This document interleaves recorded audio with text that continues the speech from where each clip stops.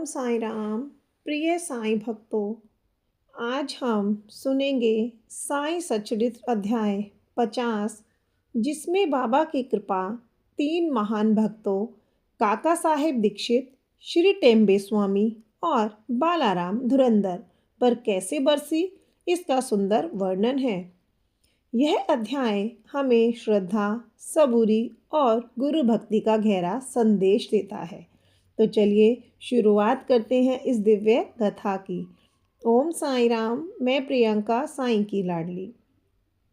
काका साहेब दीक्षित बाबा के अत्यंत प्रिय भक्तों में से एक थे। उनका जीवन त्याग, सेवा और पूर्ण समर्पण का उदाहरण था।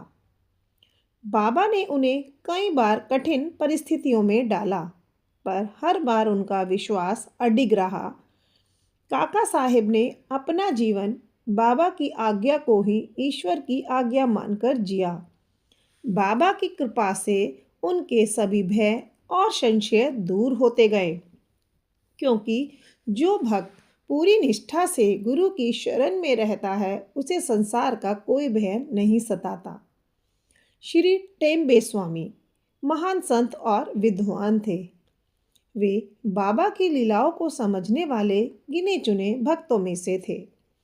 एक बार उनके जीवन में ऐसा समय आया जब उन्हें कठिन निर्णय लेना पड़ा।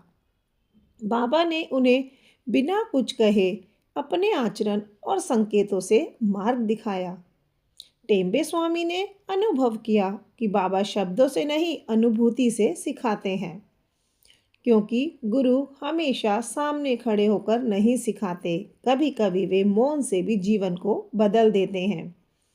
बालाराम धुरंधर एक साधारण भक्त थे, पर उनकी श्रद्धा असाधारण थी। वे मन ही मन बाबा को पुकारते थे और बाबा उनकी हर पुकार सुनते थे। एक संकट के समय जब कोई सहारा नहीं दिखा, तो बाबा ने अदृश्य रूप से उनकी रक्षा की, क्योंकि बाबा को पुकारने के लिए शब्द नहीं, सच्चा भाव चाहिए।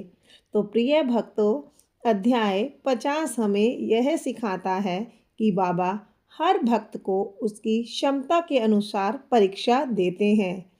सच्ची भक्ति कभी अनदेखी नहीं होती। गुरु पर विश्वास ही सबसे बड़ी साधना है। यदि आप भी जीवन में किसी संकट से गुजर रहे हैं, तो बस इतना कहिए, साईं सब तुझ पर छोड़ दिया। ओम साईं राम।